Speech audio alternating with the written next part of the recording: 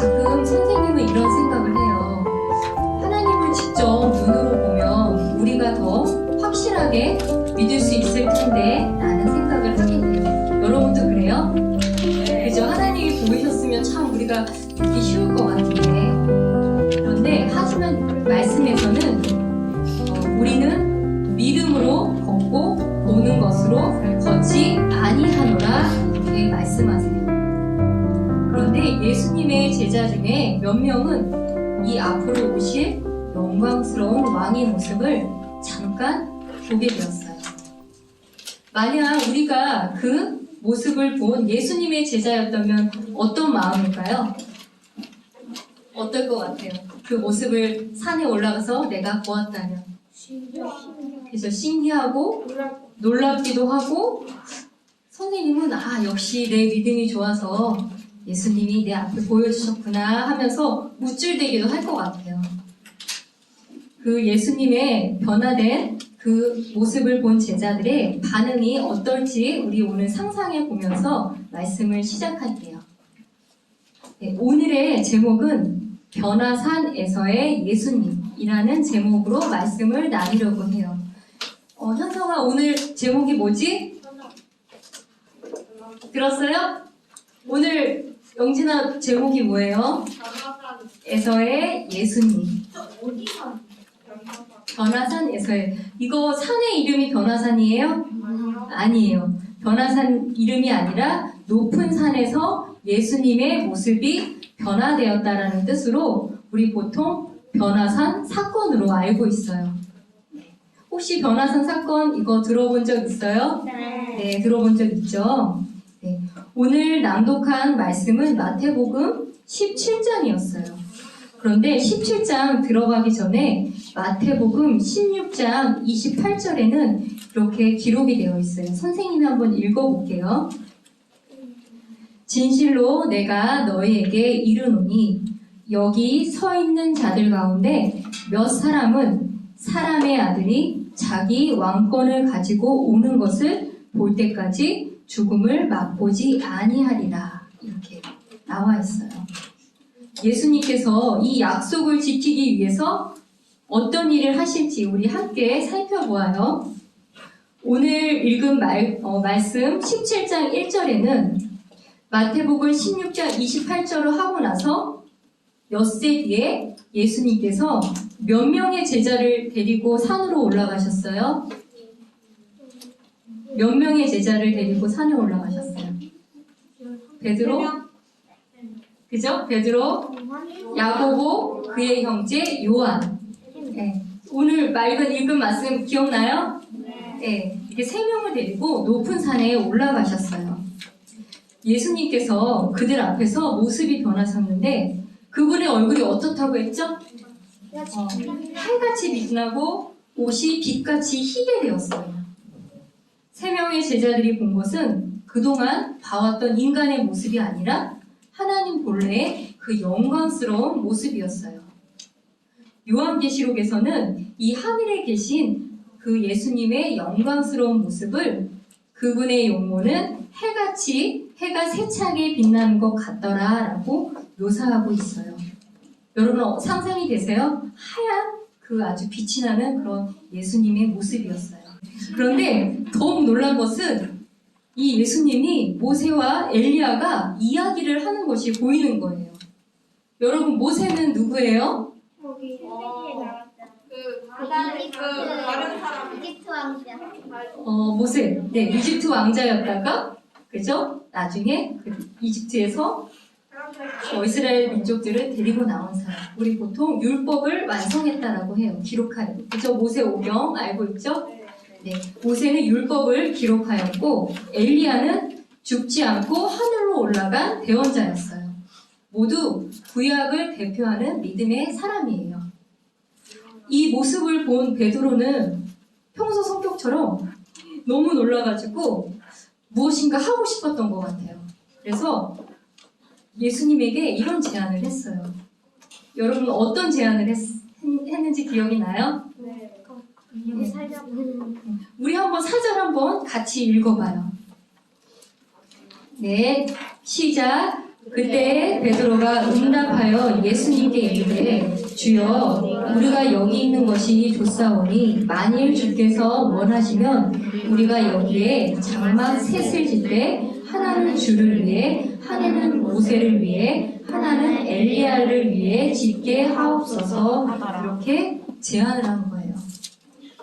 아마도 아직 이 제자들한테는 그리스도에 대한 깨달음이 아직 부족했던 제자들의 마음속에는 이 역사적으로 존경받는 모세와 엘리야가 예수님보다 훨씬 더 훌륭한 사람으로 인식되었는지도 몰라요. 그러나 예수님께서 두 사람보다 훨씬 더 높은 분이시죠? 왜냐하면 예수님께서는 그들의 창조주시며 모세와 엘리야가 말하고 기록한 예언의 말씀을 주신 바로 전능하신 하나님이기 때문이에요. 이런 베드로의 제안을 가로막은 분은 누구셨나요? 누구였어요? 네, 하나님이었어요. 하나님께서 5절에 이렇게 대답을 해주셨어요. 우리 5절 한번 또 같이 읽어봐요.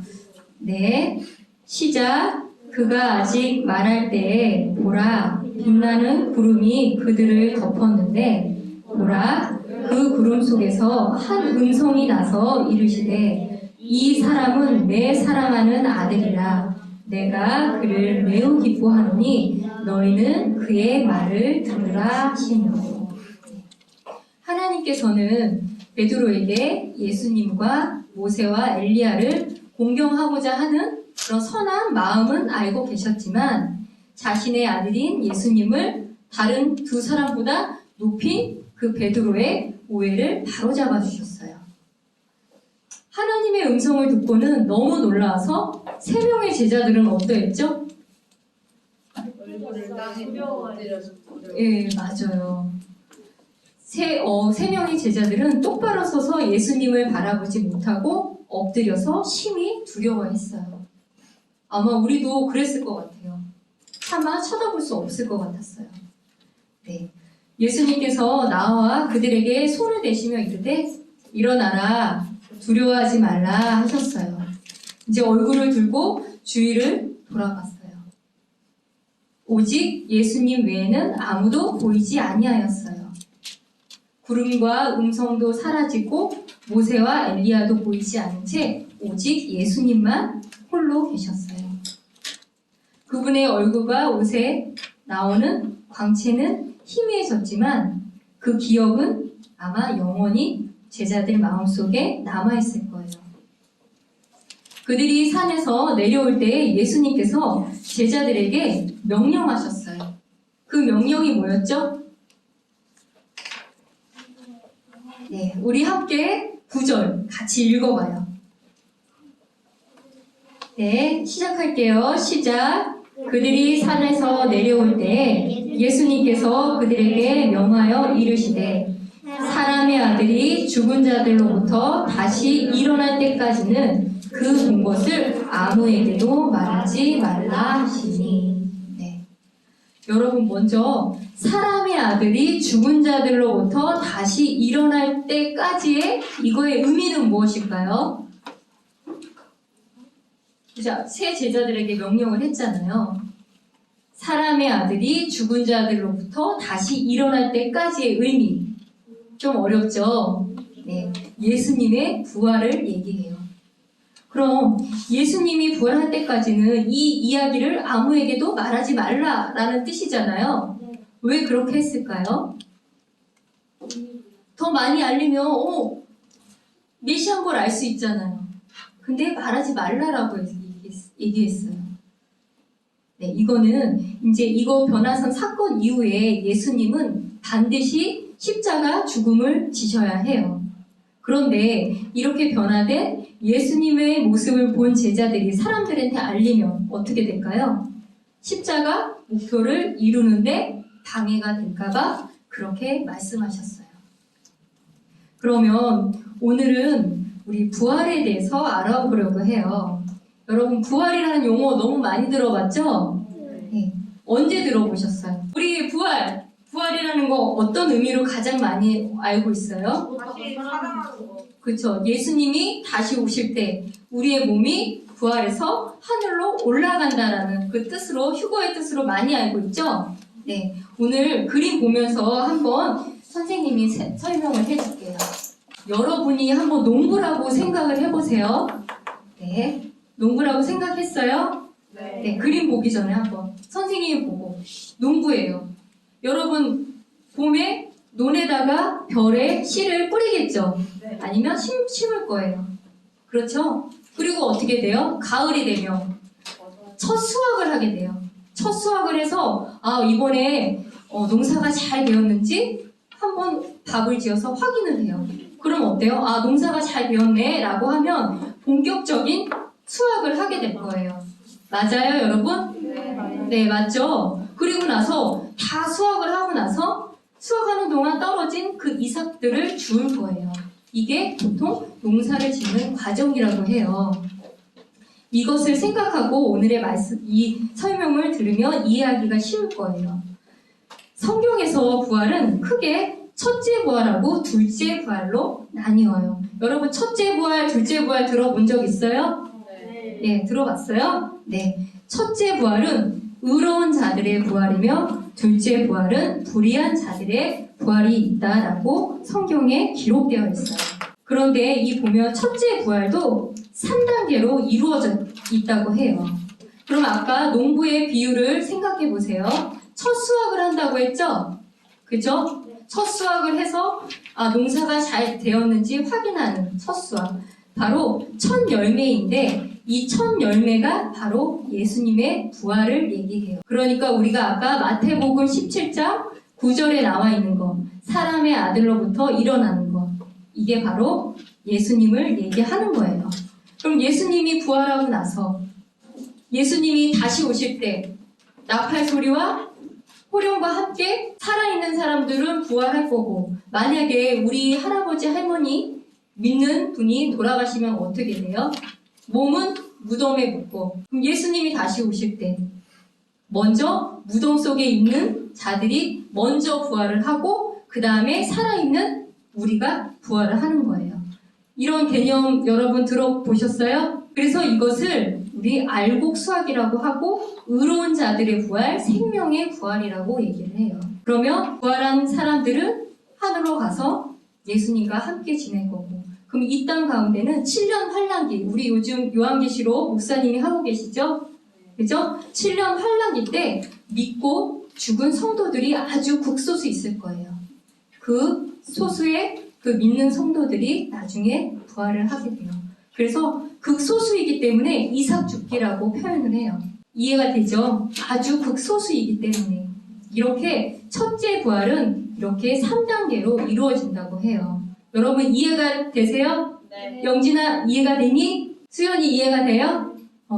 첫째 부활은 몇 단계? 몇 단계? 딴 생각하고 있었어요? 어려워요, 여러분? 3단계. 그러면 그러면 이 둘째 부활, 불의한 자들의 부활은 보면 천년왕국, 우리 천년왕국 들어봤죠? 환란기 이후에 실제로 이 땅에서 이루어지는 1000년 동안의 기간을 얘기해요. 이 천년왕국 이후에 이 둘째 부활이 이루어져요. 불의한 자들의 심판이고 흰 왕자 심판이라는 불리는 곳에서 이루어지고, 여기서 믿지 않는 자들은 영원히 불호수에 던져져서 영원한 고통 중에 있게 돼요.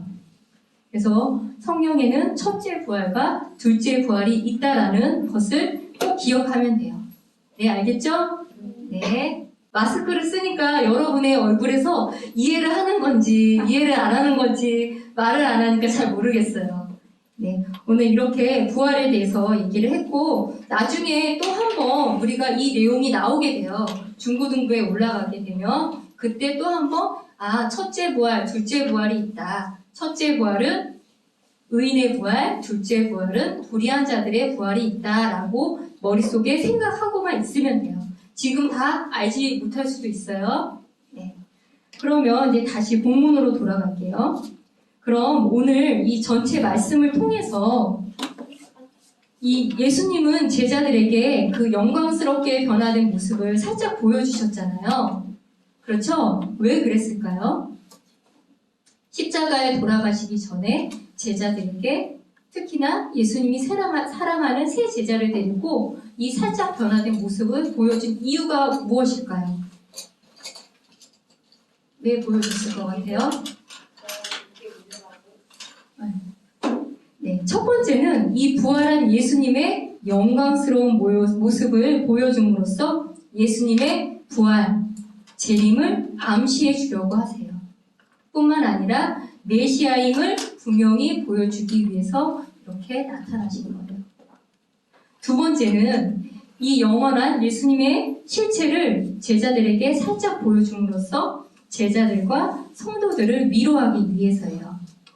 이 세 제자들은 그 본 것을 예수님 부활 승천 이후에 나머지 성도들에게 전해줄 핵심적인 교회 리더가 될 거예요. 맞죠, 여러분? 네. 그죠? 그러면 이 경험은 교회가 힘들고 또 믿음이 연약해질 때 이 세 제자들에게는 아마 큰 위로가 될 것 같아요. 그리고 이 제자들이 이 말씀을 기록함으로써 지금 우리가 이 말씀을 보고 복된 소망을 가질 수 있는 거예요. 네, 요약을 해볼게요.